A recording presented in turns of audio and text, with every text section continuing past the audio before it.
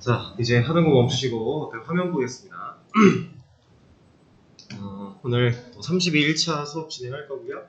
우리 어제 jQuery 처음 맛봤지만 jQuery 어제까지만 하기로 했죠. 오늘 바로 이제 JSP를 사용한 아티클 매니저를 시작을 할 건데, 그 전에 우리가 생각해야 될 것들이 좀 있어요. 그런 얘기들을 좀 하고 넘어가 보도록 하죠. 자, 우리 지금 웹 개발 수업 딱 시작하고 나서 베이직 아티클 매니저 이거 한번 했죠. 그 다음에 저희 뭐 했죠? JDBC를 활용한 아티클 매니저를 했었어요. 자, 베이직 아티클 매니저는 우리한테 이제 문제점들이 좀 많은 상태였는데 어떤 문제점들이 있었죠? 얘는 정말 순수하게 자바를 활용한 그냥 콘솔로 보여줄 수 있는 게시판이었는데 얘한테는 좀 치명적인 문제가 있어요. 그러니까 간단하게 생각하면 지금까지 우리가 했던 프로젝트가 실제 서비스 될 수 없는 이유, 이걸 생각해 보면 돼요. 베이직 아티클 매니저는 서비스 할 수 없었던 이유가 일단 제일 큰 문제, 그렇죠. 데이터에 영속성이 없다. 애초에 콘솔로 실행을 시켰는데 얘를 콘솔을 껐다 다시 켰다 그럼 얘는 끝난 거잖아요. 그것 때문에 우리가 테스트 데이터도 만들고 메서드 실행시키고 이런 일들을 했었죠. 영속성이 없어요. 그리고 한 가지 문제가 더 있습니다. 얘는 뭘까요? 자, 실제로 운영이 되는 게시판이라고 한다면 사람들이 이런 식으로 접근할 수 있어야 되죠. 근데 우리 거 가능했나요? 안 됐죠. 자, 이거를 네트워크의 기재 정도? 네트워크 불가능. 이렇게 하는 게 아니겠다. 네트워크 불가능. 이런 이유들 때문에 실제로 서비스 될 수가 없었어요. 자, 그러면 얘는 이제 베이직 아티클 매니저의 문제였고, JDBC 아티클 매니저한테는 데이터의 영속성에 대한 문제는 해결을 했죠. 우리가 실제로 데이터베이스를 연결을 해서 우리가 프로그램을 껐다 켜도 데이터가 남아있는 것을 확인을 했었으니까. 근데 이 문제는 해결이 됐었나요? 얘는 여전히 남아있었죠. 지금부터 우리가 하게 될 이 JSP 아티클 매니저라고 하는 친구를 사용을 하면 이제 이 문제도 해결할 수 있어요. 근데 그러니까 근본적으로 생각을 해보면은 이제 우리가 JSP 아티클 매니저를 통해서 프로젝트를 완성을 했다, 게시판을 만들었다. 그럼 사람들이 여기다가 이렇게 치고 들어오게끔 할 수도 있어요. 이것도 가능해요. 근데 우리가 거기까지는 안 갈 거고요. 이 JSP 아티클 매니저에서는 좀 간단하게 약간 맛보기 느낌으로 좀 짧게 진행이 될 거예요. 그리고 나서 바로 여기로 들어갈 겁니다.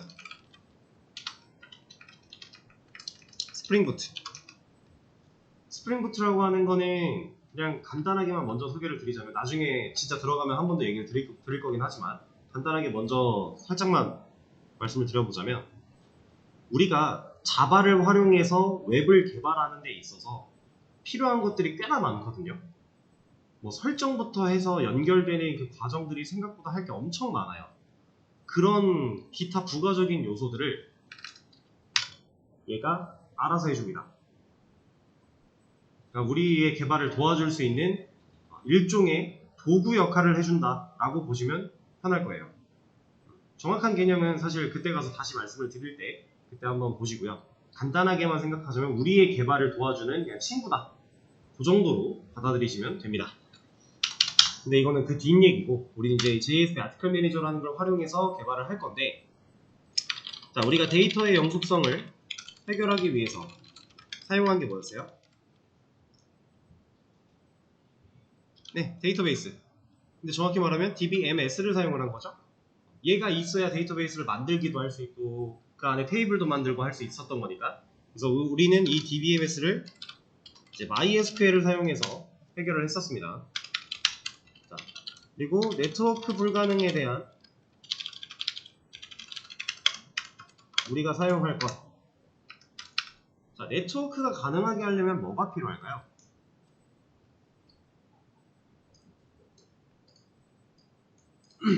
사람들이 브라우저를 열고요. 이런 걸 열어서 주소창에 입력을 해요. 예를 들어 내가 원하는 주소가 www.jsp.com이래요. 이걸 치고 들어와요. 이게 왜 있지? 어쨌든 치고 들어와요. 근데 내가 만든 페이지가 나와야 돼. 이러려면 여기서 가장 중요한 역할을 하는 우리한테 필요한 거는 서버입니다. 서버. 근데 그냥 서버가 아니라 웹 서버예요. 이게 있어야 돼요. 근데 우리는 이 웹 서버를 톰캣이라고 하는 친구를 사용을 할 겁니다. 그래서 이 톰캣을 사용해서 우리가 만든 프로젝트를 브라우저를 통해 화면을 볼 수 있게 만들어 줄 거예요. 자, 일단 우리가 앞으로 하게 될 JSP 아티클 매니저에 대한 간략한 소개였고요.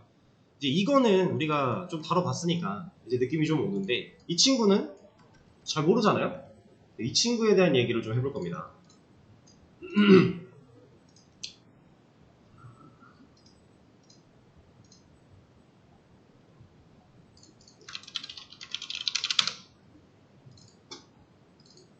우리가 만든 프로그램이 이렇게 있다고 해볼게요. 자, 우리가 이제 앞으로 JSP 아티클 매니저를 할 거니까 자, 이렇게 프로그램을 만들었어요. 자, 이거 만들면 여기 이제 뭐 JSP도 사용이 될 거고, 우리가 그동안 했던 DB도 사용이 될 거고, 뭐 이제 MVC 패턴이라고 해서 컨트롤러 뭐 서비스 뭐 DAO가 됐든 이런 거 다 사용되겠죠. 자, 이렇게 해서 열심히 프로젝트를 만들었어요. 자, 이렇게 만들어 놓으면 여기서 못 열어요. 이거 가지고는 무슨 일이 있어도 여기서 못 열어요. 왜냐? 웹서버가 없으니까. 톰캣이라고 하는 친구를 사용하기로 한 그 웹서버가 있어야 돼요. 근데 그 친구가 어디 있는 거냐면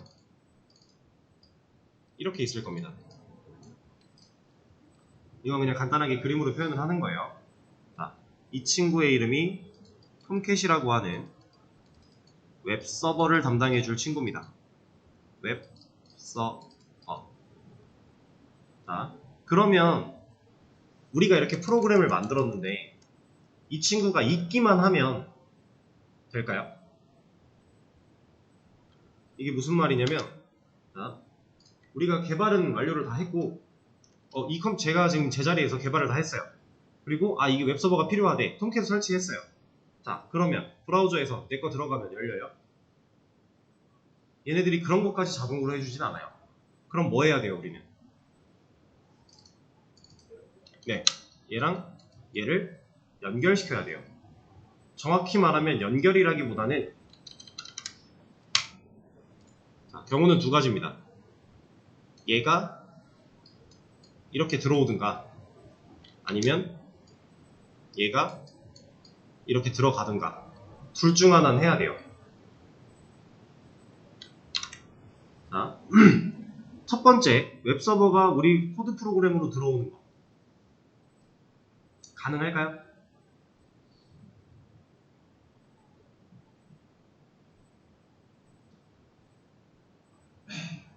자, 이거는 결론부터 말씀을 드리면 얘는요 못해요. 그러니까 못한다라는 표현이 조금 이상할 수도 있어요. 본인이 이 웹서버를 정말 만들 수 있을 만큼의 기술력이 있다? 그럼 내 프로그램 안에서 얘를 만들어도 돼요. 근데 그렇게 할 필요가 없어요.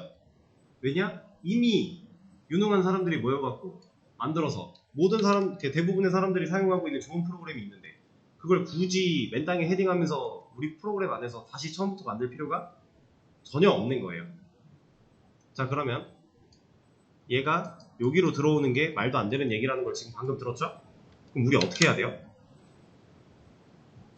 우리가 만든 프로그램을 여기다가 올려줘야 돼요. 얹혀야 돼요. 자, 얘가 우리 코드 프로그램 안에 이렇게 내장이 된다라는 얘기는 뭐냐면, 간단하게 얘기하면 우리 코드 프로그램 안에서 얘를 개발해야 된다라는 거예요. 이 톰캣이라고 하는 웹서버 역할을 할 수 있는 기능을 이 프로젝트 내에서 만들어줘야 된다는 얘기입니다. 그러니까 말이 안 된다라고 하는 거예요. 사실 뭐 하려면 할 수 있겠죠. 근데 저는 못해요. 단언컨대 저는 할 수 없습니다. 왜냐면 제가 하는 영역과 이걸 만들어내는 사람들의 영역은 달라요. 그래서 저는 못하고요. 제가 경력이 더 쌓여도 저는 못해요. 영역이 다르니까. 지금 여기 계신 여러분들도 지금 현재 상태로는 당연히 안 될 거예요.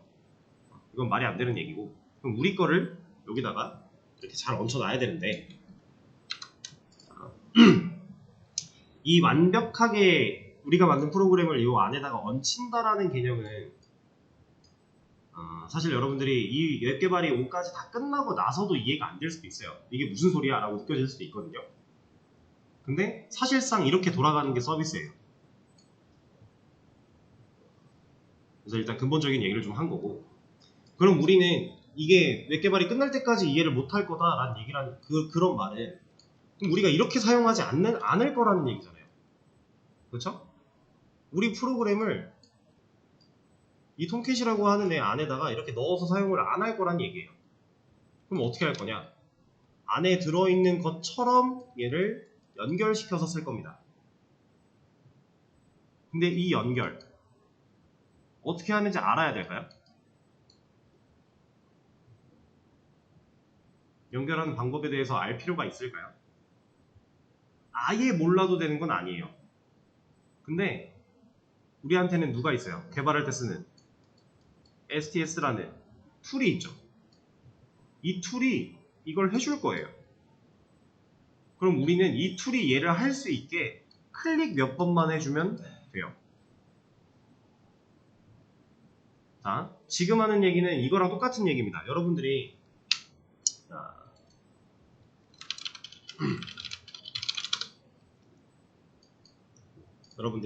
이렇게 집이 있는데 거실이라고 해볼게요. 여기에 앉아 있어요. 아니 누워 있어요. 이렇게 편하게 쉬고 있었어. 근데 친구한테 기프티콘을 하나 보내려고 해요. 그러면 핸드폰을 켜서 카카오톡에 들어가서 뭐 친구 골라서 선물하기 눌러주고 그 다음에 뭐 골라가지고 결제하면 친구한테 띠링 하고 가죠. 자, 저는 친구한테 기프티콘을 선물하기 위해서 클릭 몇 번 했어요. 근데 내가 클릭할 때마다 어떤 일이 벌어지는지 우리가 알 필요가 있어요. 카카오톡 내부 그 서비스 프로그램 코드 안에서 어떤 연산들이 이루어지고 어떤 로직으로 인해 이게 결제가 되고 이게 전송이 되고 이런 것들을 우리가 알 필요가 전혀 없죠. 그런 거 몰라도 우리 잘 쓰잖아요.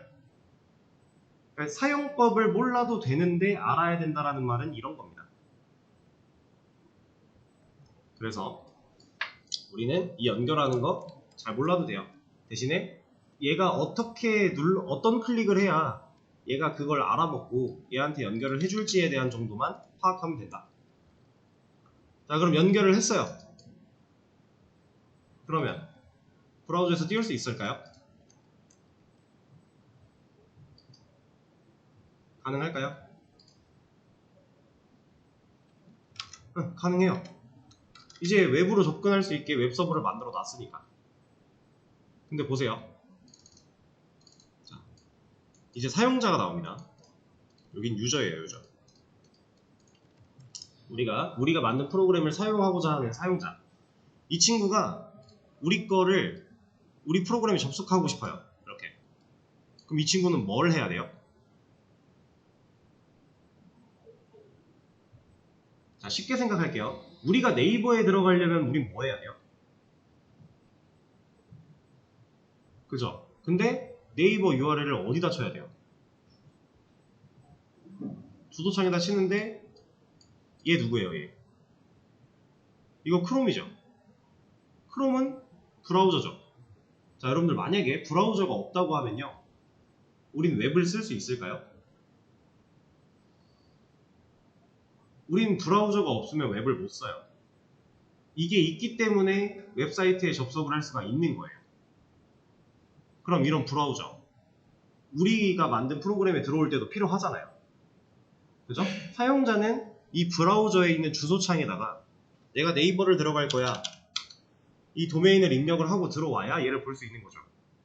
그러면 우리도 프로그램 만들었는데 내가 만약에 사용하고자 하는 도메인이 뭐 네이버.com이었대요. 네이버가 사용 가능한 상태라고 해보고, 그러면 사용자가 내 거에 들어오려면 이걸 입력을 해야 된다라는 건데, 그럼 브라우저가 필요하다라는 건데, 그럼 우리가 브라우저도 만들어야 돼요? 아니죠. 브라우저 왜 안 만들어도 돼요? 이미 만들어져 있는 좋은 브라우저들이 차고 넘치니까. 그쵸? 여러분들이 알고 있는 거 옛날부터 보자면 인터넷 익스플로러, 엣지, 크롬, 파이어폭스, 사파리 등등 되게 많죠. 이 친구들 다 브라우저잖아요. 물론 이제 인터넷 익스플로러는 아직 사용은 가능하지만 더 이상 업데이트가 진행되지 않아서 안 쓰는 게 좋겠지만, 자, 이런 좋은 브라우저들이 많기 때문에 우리 브라우저도 만들 필요가 없네요.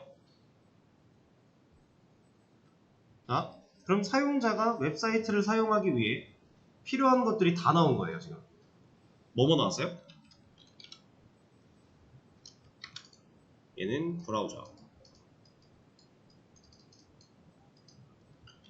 사용자가, 그러니까 나도 사용자가 될 수 있는 거니까 내가 어떤 사이트를 접속하기 위해서 필요한 것들. 첫째, 브라우저. 둘째, 내가 접속할 곳, 그 서비스하는 코드, 그리고 브라우저가 얘한테 접속하기 위한 웹서버. 다 나왔죠? 자, 그러면 이 브라우저, 웹서버, 실제 프로그램 코드 이것만 있으면 웹을 운영할 수 있다는 겁니다. 근데 여기서 웹서버 만들 필요 없고, 브라우저 만들 필요 없고, 그럼 우리 뭐만 만들면 돼요? 우리 프로그램 얘만 만들면 돼요. 근데 이제 이런 개념이 추가가 됩니다. 사용자가 우리한테 요청을 이렇게 보냈어요. 지금 이 검은색 줄이 요청을 검은색 줄이 이제 우리 사이트에 접근하고 싶어 라는 의도인데, 예, 여기서부터 지워지네. 그냥 둘게요. 사용자가 주소창에 네이버를 입력하는 이런 행위, 이렇게 도메인을 입력을 하고 엔터를 쳤죠. 그럼 이제 네이버가 짜잔 하고 나오잖아요. 그쵸? 이거는 사용자가 네이버 서버한테 요청을 보낸 겁니다. 왜 요청을 보낸 거예요? 나 네이버 들어갈래 한 거잖아요. 들어가게 해줘. 이거에 대한 그 컴퓨터끼리 통신하는 문자가 이거였을 뿐인 거죠. 브라우저에 도메인 입력 요청이에요. 그러면 사용자가 네이버 서버에 요청을 보냈다가 되는 겁니다. 그리고 네이버에 왔어요. 로그인을 하고 싶어요. 로그인 버튼 누르겠죠. 자, 버튼을 눌렀어요. 페이지가 여기로 이동을 했네요. 지금 우린 로그인 버튼을 누른과 동시에 또 하나의 요청을 보낸 거예요. 이번엔 뭐라고 보낸 거예요? 나 네이버 로그인 할래. 로그인하게 해줘. 이거예요. 그럼 사용자가 요청을 보낼 때마다 이 네이버 서버라는 애는 지금 뭘 하고 있어요? 그렇죠.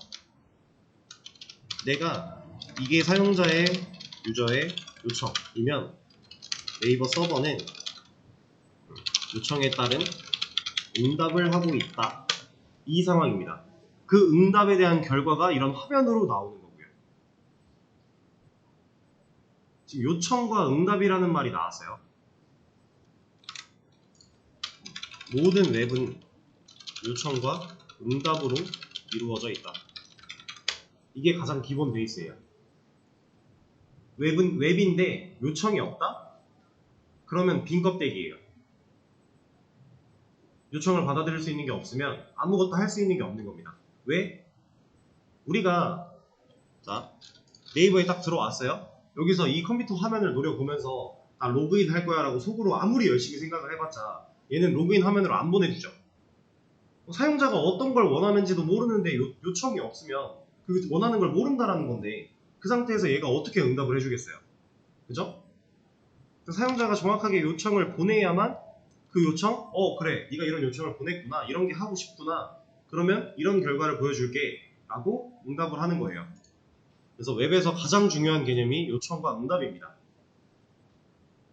얘는 실질적으로 여러분들이 앞으로 이제 JSP를 시작을 하게 되면 계속해서 이제 웹을 다루게 되는 건데, 스프링부트까지 쭉 이어서 그 과정에서 단 한순간도 우리 곁을 떠나지 않을 거예요. 이 요청과 응답은. 그리고 심지어 이 요청과 응답에 대한 이 메커니즘이 이해가 잘 안 되어 있는 상태라면 나중에 개발이 힘들어요.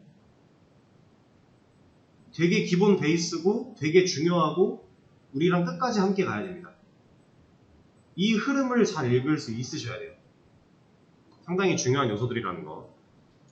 그리고 이것도 좀 미리 말씀을 드리자면, 여기서 말하고 있는 이 요청은 리퀘스트고요.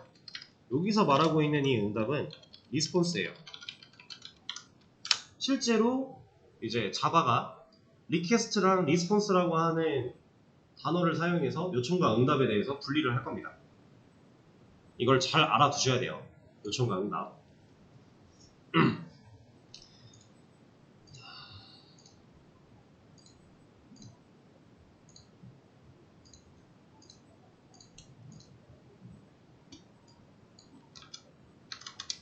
자, 그럼 여기서 이제 사용자가 브라우저를 통해, 얘가 없으면은 이제 우리 웹을 사용할 수 없는 거니까 무조건 브라우저를 통해서 얘를 통해서 우리 쪽한테 요청을 보낸다고 가정을 해보겠습니다. 이렇게 보냈어요. 자, 이 요청이 여기로 들어올까요? 여기로 들어올까요?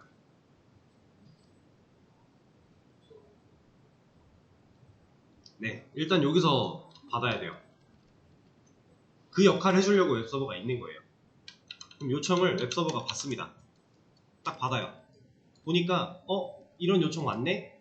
그럼 야, 이거 사용자가 이거 원해 라고 우리 쪽한테 알려주는 거예요. 그럼 우리가 오케이, 그러면 이런 거 처리해서 연산해서 그 결과를 야, 가서 빨리 보여줘 하면 얘가 사용자한테 브라우저에 띄워주는 겁니다. 여기서 오른쪽으로 가는 과정들이 요청인 거고, 결국 웹서버 쪽에서 브라우저로 돌아오는 이 왼쪽으로 가는 이 친구들이 응답이 되는 거겠죠? 이렇게 요청과 응답으로 이루어져 있는데, 자, 그러면 보세요. 결국은 브라우저랑 통신하는 건 누구예요? 웹서버예요. 근데 우리는 웹서버랑 브라우저에 대해서 신경 안 써도 된다 그랬죠? 얘네들끼리 통신하는 이 과정들 우리가 알아야 돼요? 몰라도 돼요. 근데 알아야 돼요. 아까랑 똑같은 얘기예요.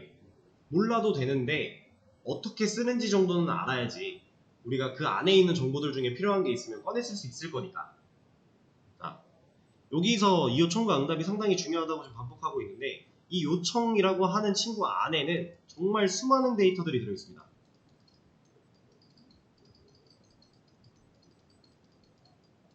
이게 다 요청 안에 들어있어요.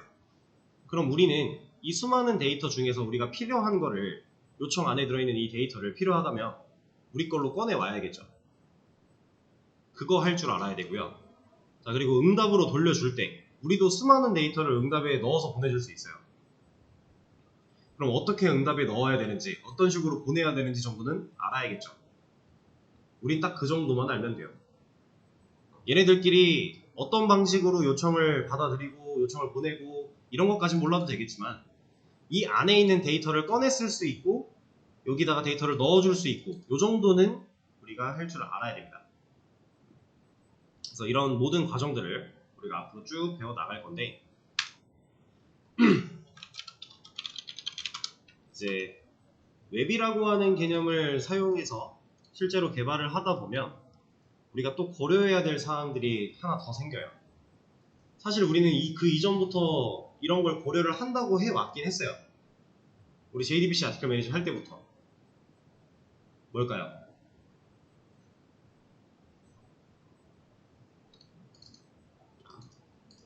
최적화. 이거 하는 이유가 뭐예요? 최적화를 해야만 하는 이유. 속도 개선. 가장 중요해요. 속도 개선. 그래서 우리가 DB 할 때 인덱스라는 개념을 배울 때도 데이터를 조회하는데, 단순히 조회만 하는데 뭐 한 3초가 걸린다. 그럼 이것 때문에 페이지 뜨는 게 3초가 느려진다 라는 얘기였었잖아요. 그죠? 얘를 불러와야만 화면에 뜰 거니까. 이런 얘기를 하면서 우리가 데이터를 가져올 때도 최대한 속도를 신경을 써야 된다 이런 얘기를 했었어요. 그렇죠? 그런데 이제 웹에 들어오고 나면 이 개념이 더 중요해집니다. 왜 더 중요해지냐면 간단한 예시를 하나 들어드릴게요. 자, 우리 프로그램이에요. 그리고 이제 웹 서버 안에 우리 프로그램이 들어있다고 해볼게요. 사용자들이 브라우저를 통해서 요청을 보낼 건데 사용자가 엄청 많아요. 얘네들이 동시다발적으로다가 우리 거에 요청을 막 보내요. 이게 대략적으로 10만 건이 한 번에 들어왔다고 해볼게요. 동시 요청이 10만 건. 우리 사이트가 그렇게 인기가 많지는 않겠지만 그냥 얘니까. 자, 우리 사이트는 하나의 요청을 처리하는 데 있어서 1초가 걸린다고 해보겠습니다. 1초. 안 느리죠? 안 느려 보이죠? 근데 10만 건이 동시에 왔어요. 그럼 얼마나 걸릴까요? 네, 확실하지 정확하진 않지만 대략적으로 하나당 1초면 10만 건이면 10만 초 걸리는 거예요. 대충. 그럼 이거 맞아요? 문제가 심하죠? 웹상에서는 이 요청에 대한 요청이 들어왔을 때 이걸 응답해주는 과정이 하나의 세트인데 요청이 들어왔는데 응답하는데 1초가 걸리는데 이렇게만 보면 안 느려 보였지만 요청이 몰렸다가 되면 심각해질 수 있다는 얘기가 되는 거죠. 그래서 우리는 지금부터는 더욱더 코드의 최적화에 신경을 어느 정도 써줘야 됩니다. 간단한 예시로 여러분들 수강 신청 아시나요? 대학교 수강 신청 혹은 뭐 인기 있는 쇼핑몰들 뭐 블랙 프라이데이 같은 거 그런 거 하면 이벤트 하면 사이트 딱 오픈 시간에 들어가면 난리 나죠. 뺑글뺑글 돌면서 안 뜨다가 거기서 이제 새로 고침 한번 누르는 순간 나는 이제 끝난 거예요. 그죠? 그걸 참고 인내했을 때도 끝날 확률이 높지만 어쨌든 이거 평상시에는 아무 문제 없이 잘 돌아가는 사이트들이 특정 이벤트 때문에 요청이 동시에 많이 몰리면 마비가 되는 거잖아요. 이렇게 요청이 한 번에 몰려서 서버가 이 요청들을 받아들이다가 과부하가 오는 거거든요. 그래서 얘가 느린 거예요. 이렇게 과부하가 오다가 얘가 못 견디고 용량이 못 견디고 죽었대요. 흔히 말하면 컴퓨터가 다운됐다. 그런 표현을 써봅시다. 자, 서버 컴퓨터가 다운이 됐어요. 그럼 어떻게 해야 돼요? 이거 그냥 서버 껐다 켜야 돼요. 답 없어요. 실제로 저도 일하면서 그런 경험이 꽤나 있었는데 서버 컴퓨터가 정말 슬픈 일입니다. 서버 컴퓨터가 이유 없이 그냥 멈춘 거예요. 이렇게 딱. 아무것도 안 돼요. 마우스가 포인터가 여기 분명히 보이는데 아무리 내가 움직여봤자 움직여지지도 않고 여기서 뭐 폴더를 들어가 보고자 눌러도 반응도 없고 아무것도 안 돼요. 그럼 제가 뭘 할 수 있어요? 껐다 켜야죠. 서버 컴퓨터 껐다 켜면 껐다 켜지는 동안에 내 시스템 안 되겠죠.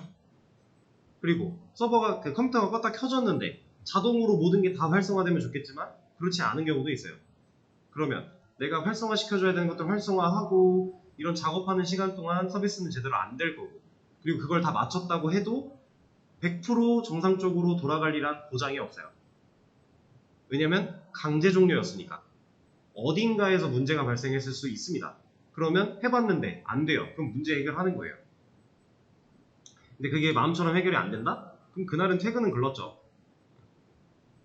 실제로 서버는 되게 그러니까 위험한 이런 상황이 되면 되게 위험한 거라서 최대한 빨리 작업을 해야 되기 때문에 실제로 서버 관리하시는 분들이 옛날에는 퇴근을 잘 못했죠. 이런 문제들이 하나씩 생기면 요즘에야 뭐 실제 IDC의 서버 컴퓨터를 보관하기보다는 클라우드 컴퓨터로 클라우드 네트워크로 서버를 만들기 때문에 좀 그런 것들이 좀 덜하긴 한데 어쨌든 서버 관리자는 죽어나는 거예요. 이런 상황 터지면.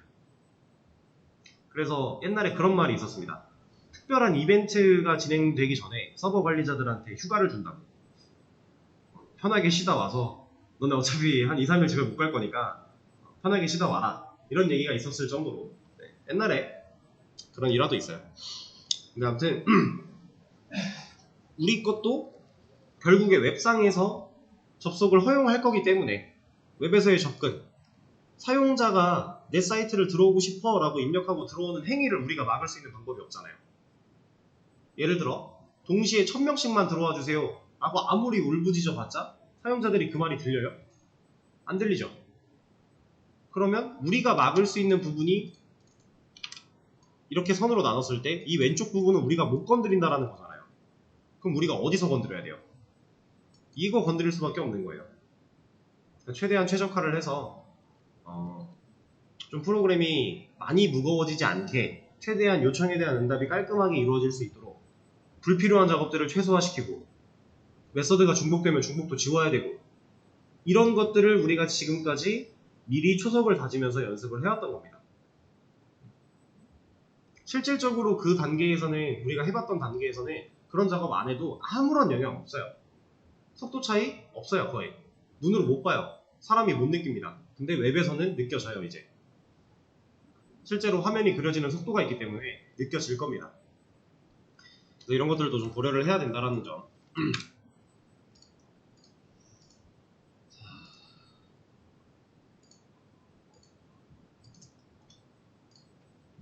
그러면 얼추 기본적인 얘기는 좀 한 것 같고, 자, 지금부터는 여러분들 따라 하셔야 됩니다. 크롬을 하나 열어주시고요. 우리가 잠시만요. 제가 버전 확인 하나만 하고 4.18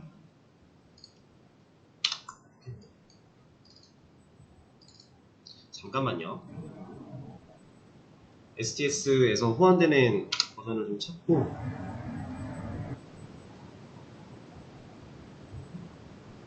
나와라.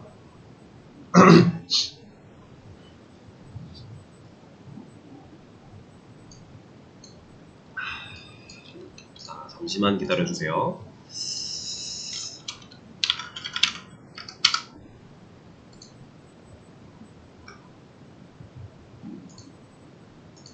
이거 나왔구나. 그럼 뭐 상관없겠다. 오케이. 자, 크롬창 여셨죠? 자, 여기 검색에다가 톰캣이라고 검색을 하겠습니다. 톰캣. 그러면 아파치 톰캣이라고 하는 사이트가 나와요. 그리고 얘 이름이 뭐였더라? 이 동물 이름이 있는데 기억이 안 나네요. 아무튼 여기로 들어갈 겁니다.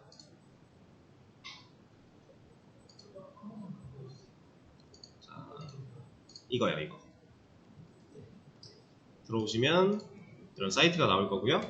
자, 영어로 막 되어 있는데 신경 쓸 거 없어요. 우리는 여기 왼쪽 메뉴에 보면 다운로드가 있고요. 버전 중에서 톰캣 10이라고 하는 얘로 들어오시면 돼요. 얘를 클릭 10.1.9까지 잘 되겠지? 잠시만요. 이게 다른 반에서 진행할 때 문제가 좀 있었던 게 있어가지고 괜찮을 것 같긴 한데 일단 해보죠. 여기 10, 톰캣 10 누르고 들어오면은 이런 화면이 나옵니다. 여기서 밑으로 살짝만 내려오면은 여기 이렇게 있어요. 이 중에서 우리가 누르고 받아야 되는 건 이거. 근데 물론 이거 윈도우라고 되어 있으니까 당연히 윈도우 OS인 경우에 해당하겠죠? 본인이 사용하는 OS가 맥이다 이러면 사용 방식이 좀 달라요. 그래서 그럴 때는 이제 구글에다가 맥 톰캣 설치 이런 거 검색해 보시면 이제 또 방법을 자세하게 알려줄 거니까 그런 거 참고해서 진행하시면 되고 윈도우들은 다 이거 설치하면 됩니다. 이거는 자리에 만약에 설치가 되어 있어도 새로 깔아도 돼요. 문제 없어요. 이거 64비트 윈도우즈 집 클릭해 주시고요. 그럼 하단에 압축 파일이 하나가 받아집니다. 금방 받아져요. 다 받아졌으면 얘는 꺼도 됩니다. 저는 여기서 이렇게 볼게요. 10.1.9 윈도우 64라고 하는 RG 파일이 하나 생겼는데 그냥 우클릭해서 압축을 풀어주시면 돼요. 네, 그건 상관없습니다. 어차피 이거 가지고 옮길 거예요. 여기다 안 놓을 거니까. 자, 압축을 풀면 폴더가 하나 나오겠죠? 네.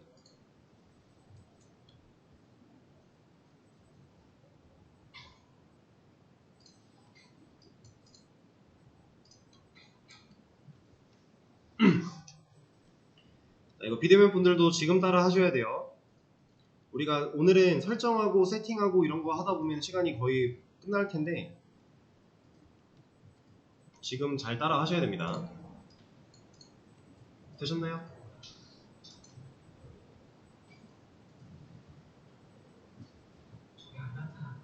안 나타난다고요?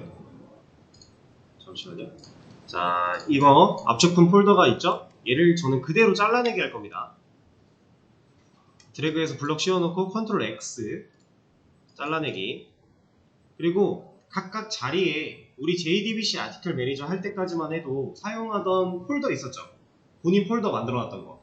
이제 비대면 분들이나 개인 컴퓨터는 상관이 없겠지만 학원 자리 쓰시는 분들은 본인 폴더 만들어 놓은 거 있어요. 거기를 찾아갑니다. 본인 폴더로. 그래서 이 폴더에다가 붙여넣기 해줄게요. STS 그리고 워크스페이스가 들어있는 폴더에 워크스페이스 안에 STS 안에 여기가 아닙니다. 안에 들어가면 안 돼요.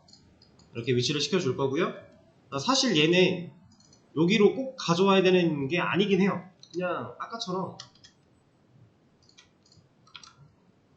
그냥 여기다 두고 써도 되긴 해요.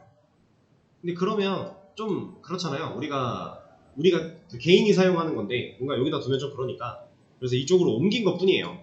사실 얘의 위치는 그렇게 중요하진 않습니다. 나중에 우리가 찾아갈 수만 있으면 돼요. 이 위치를. 자, 그리고 압축 다 풀고 옮겼으면은 이 압축 파일은 지워도 돼요. 놔둬도 되고. 저는 지우겠습니다. 자, 이러면 우리가 이제 톰캣 설치까지는 완료를 한 거예요. 근데 얘를 그냥 쓸 게 아니라 아까 제가 말씀드린 것처럼 STS가 알아서 해줄 거다. 우리는 클릭 몇 번만 하면 된다라고 했죠. 그렇게 사용할 거기 때문에 얘는 그냥 이렇게 설치만 해놓으면 돼요. 자, 그러면 다음 내용부터는 쉬는 시간을 좀 가졌다가 이어서 하도록 하겠습니다. 5분에 이어서 할게요.